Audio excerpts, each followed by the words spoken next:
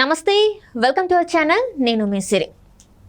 సజ్జల కుమారుడు చేస్తున్న ఒక ఫేక్ న్యూస్ అంటే చాలా స్ప్రెడ్ చేస్తున్నారు. అయితే దీని మీద ఈసీకి కంప్లైంట్ చేశారు తెలుగుదేశం పార్టీ వాళ్ళు.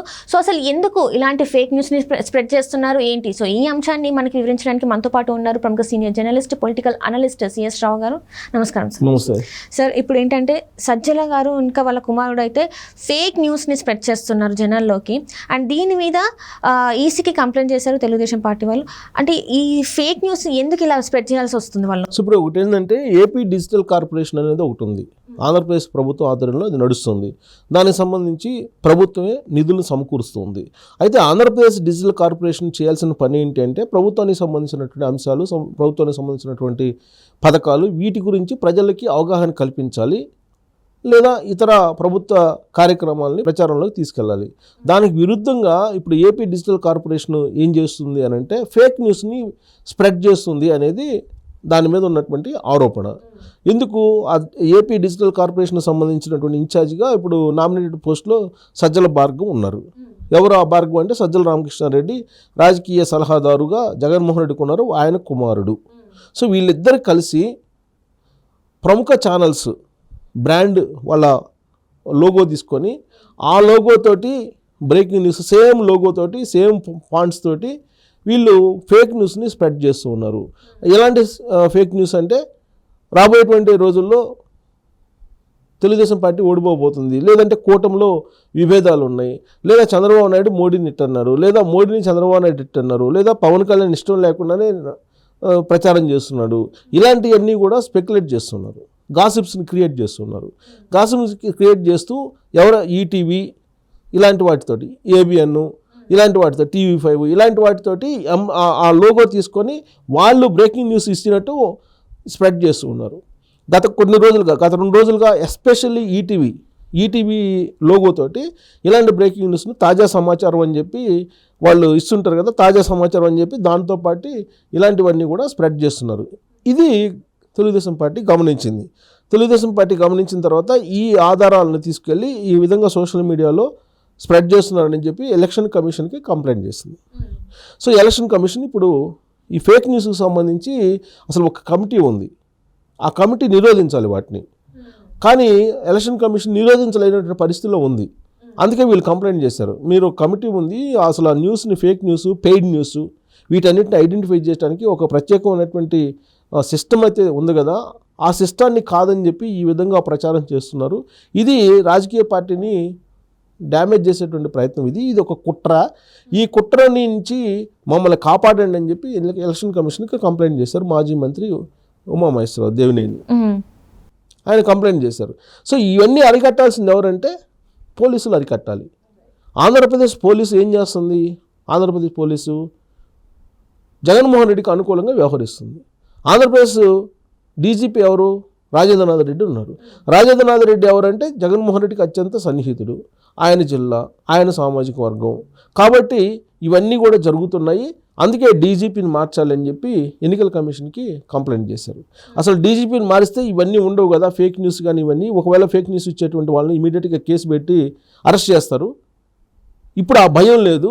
అందుకే వీళ్ళు యథేచ్ఛగా ఫేక్ న్యూస్ని డిస్ప్లే చేస్తూ ఉన్నారు, ఫేక్ న్యూస్ని స్ప్రెడ్ చేస్తూ ఉన్నారు. దానికి బాధ్యులు కర్త కర్మ క్రియ సజ్జల రామకృష్ణారెడ్డి, అలాగే సజ్జల రామకృష్ణారెడ్డి కుమారుడు భార్గవ్ రెడ్డి అని చెప్పి వాళ్ళ పేర్లతో సహా కంప్లైంట్ చేసింది తెలుగుదేశం పార్టీ.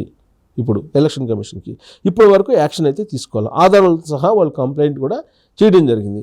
దీనికి అంతటికి కారణం ఎవరంటే రాజేంద్రనాథ్ రెడ్డి డీజీపీ హోదాలో ఆయన చేస్తున్నటువంటి కారణంగానే ఇదంతా జరుగుతుంది అనేది. ఇక్కడ 3 కారణాలు కనిపిస్తున్నాయి. ఒకటేంటంటే ఏపీ డిజిటల్ కార్పొరేషన్. ఇప్పుడు ఏపీ డిజిటల్ కార్పొరేషన్ అనేది ప్రజాధనంతో నడుస్తున్నటువంటి సంస్థ. అది ఇప్పుడు వైఎస్ఆర్ కాంగ్రెస్ పార్టీ సేవ చేస్తుంది. అది తప్పు. ప్రజాధనాన్ని పక్కదోవ పట్టిస్తున్నారు. సో ప్రజాధనాన్ని కొన్ని 100 కోట్ల రూపాయలు ఖర్చు పెడుతూ ఉంటారు దానికి, ఏపీ డిజిటల్ కార్పొరేషన్కి. ఆ కార్పొరేషన్ కింద ఉన్నటువంటి ఇవన్నీ కూడా చేస్తున్నటువంటి పని ప్రజల సొమ్ముతోటి ఈ గాసిప్స్ని క్రియేట్ చేస్తున్నారు. కొన్ని 100 కోట్ల రూపాయలు వాళ్ళకి జీతాలు ఇచ్చి కొనసాగిస్తున్నారు దాన్ని ఇప్పుడు ఎన్నికలకు వాడుకుంటున్నారు అనేది ఒక ఆస్పెక్ట్. రెండో ఆస్పెక్ట్ ఏంటి? ఫేక్ న్యూస్ అనేది అసలు స్ప్రెడ్ కాకూడదు. స్ప్రెడ్ అయితే ఇమీడియట్గా దాని మీద చర్యలు తీసుకోవాలి. అది ఎలక్షన్ కమిషన్ చేయాల్సినటువంటి డ్యూటీ, అది ఎలక్షన్ కమిషన్ చేయటం లేదు. మూడేంటి దీంట్లో అసలు ఇది నీకు పోలీసులు నియంత్రించాలి, పోలీసులు నియంత్రించలేదు. ఇక్కడ 3 యాంగిల్స్ ఉన్నాయి. సో ఇది సీరియస్ ఇష్యూ. దీన్ని కేంద్ర ఎన్నికల సంఘం దృష్టికి కూడా తీసుకెళ్తూ ఉన్నారు. గత కొన్ని రోజుల నుంచి, గత కొంతకాలంగా కూడా గత ఎన్నికలు, తెలంగాణ అసెంబ్లీ ఎన్నికలు తీసుకున్నా, లేదంటే ఆంధ్రప్రదేశ్లో జరుగుతున్న పరిణామాలు తీసుకున్నా సోషల్ మీడియా మీద ఆధారపడి ఉంది.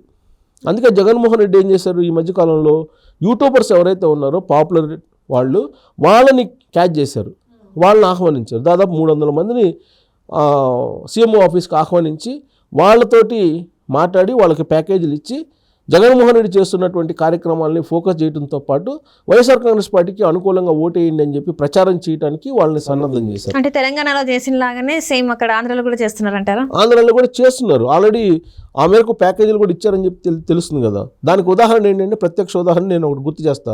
టిక్ టాక్ దుర్గారావు అని ఒక అతను ఉన్నాడు, అవును సార్, యూట్యూబర్. ఆయన తీసుకొచ్చి ఈ ప్రమోషన్ కోసం చేయమని చెప్పి అగ్రిమెంట్ కుదుర్చుకుంటే ఆయన పోయి సీఎం ఆఫీస్లో, సెక్రటరియట్లోనే సీఎం ఆఫీస్లో కూర్చొని ఒక సెల్ఫీ తీసి దాన్ని సోషల్ మీడియాలో పెట్టారు. సో దాంతో అది పెద్ద ఇష్యూ అయింది. అప్పుడు ఆ ఇష్యూ అయినప్పుడు సీఎం ఆఫీస్లో సీఎం కుర్చీ మీద కూర్చొని నువ్వు సెల్ఫీ తీస్తున్నావు అని అంటే, అసలు ఆ సీఎం ఆఫీస్లో చైర్లో ఎవరు కూర్చోరు, ప్రోటోకాల్. దాన్ని ధిక్కరించి అసలు ఏమాత్రం సెక్యూరిటీ కూడా అక్కడ పట్టించుకోలేదని అంటే, దుర్గారావుకి అలా రాసి ఇచ్చేసారా సీఎం ఆఫీస్ని, ముఖ్యమంత్రి కార్యాలయాన్ని అనే కామెంట్లు వచ్చినాయి అప్పట్లో. ఎందుకు ఆయన మీద కేసులు పెట్టడం లేదంటే, ఆయన మీద ఇప్పటివరకు కేసు పెట్టలా. అంటే దాని అర్థం ఏంటి, దుర్గారావుకి మీరు డబ్బులు ఇచ్చి ప్రచారం కోసం అతన్ని పెట్టుకున్నట్టే కదా.